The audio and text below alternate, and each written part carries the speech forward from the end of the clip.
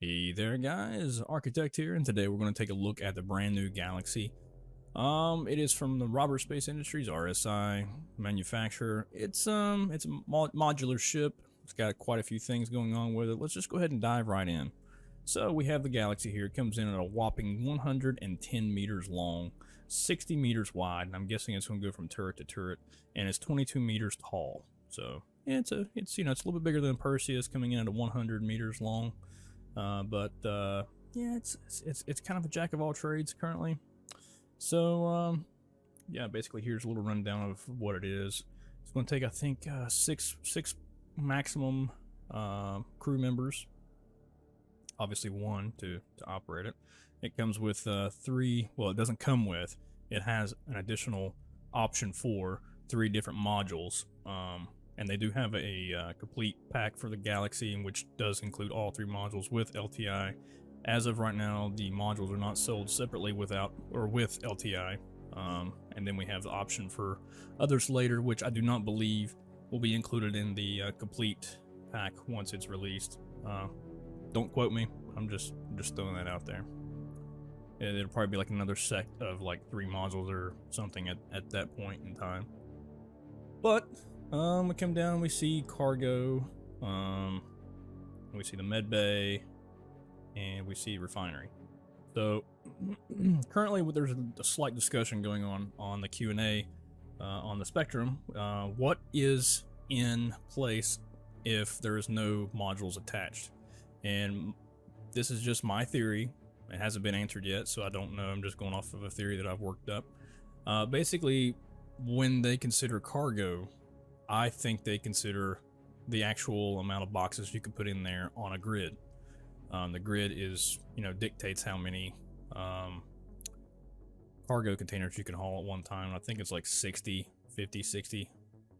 default, which kind of led me to think that, okay, so basically it's going to be a giant open hangar, right? So you should be able to theoretically pull vehicles in here aside from your 56, I think it's 56 SCU default cargo. So it essentially would be like a giant toy storage facility for your, Cyclones or your Gray Cat Steves or whatever you want to haul around.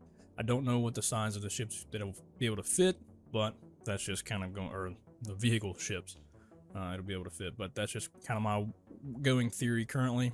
And we do know that the medical has 3 tier 3s, 2 tier 2s, and 1 tier 1, which in my opinion beats out the Apollo and the Carrack. But in order to do this, you're going to have to make this thing a dedicated medical facility, right? It has 1 size 3 shield. That's the only downfall I could see. I was having some conversation earlier with some of my org mates, and yes, you can knock that shield down. It will take a little bit, but you only have to, technically you could fire from any direction and take that shield down. So it doesn't have front facing or rear facing or, either side facing. So that's something to worry about. And as far as refining, I believe it has 2 inject points for cargo to be put into to refine. So, it does beat out the Expanse in that respect. But here's a little close up of the refinery. So you got command control, which is back over in this area, I think, unless this is flipped all the way around. Yes, it is. It is flipped all the way around. Okay, so it's back actually over on this side. We can't see it. It's behind the camera. So you have 1 processor and 2 processors, and then you have your mineral extractors. So, and then obviously all of them have hangar access, right? So here's your tier 3 medical beds, here's your tier 2, and here's your tier 1. And with your elevator that lifts your injured people into the medical. Cargo, you have your tractor cranes, which is like an overhead crane that's on a tractor crane thing. Okay. So yes, it comes with 512 SCU. So that's great. That is great.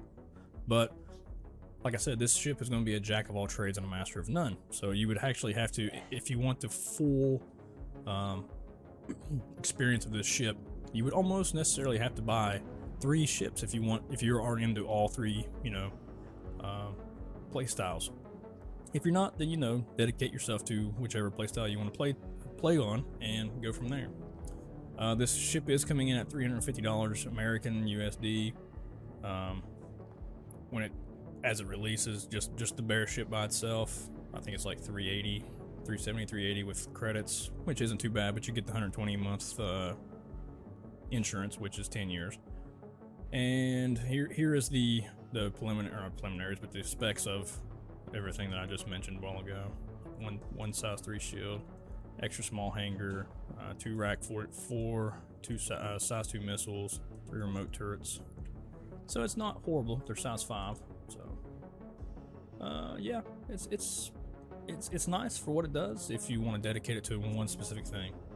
So here are the packages put together. You know, as I said, if you want just a freighter, if you want just a hospital, if you want just a refinery.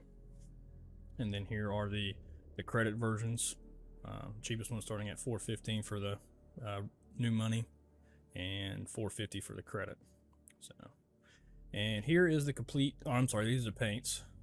Here's the complete pack. This is for new money, and this one is for credit. And you have your standalone base, what I was talking about earlier, concierge version. $350 for, and it comes with this paint, right? It comes with a paint. And then here's your regular standard version, and here's your credit version. Here are the modules. They only come with 10-year insurance. Not a huge deal, I don't guess, unless you think it's a huge deal. But yeah, that's basically it. All right, guys, thanks for sharing your time with me today. And I like to cover some new ship stuff, and this is one of them I thought would really need some coverage. Yep. All right. Until next time, guys. Remember, game on.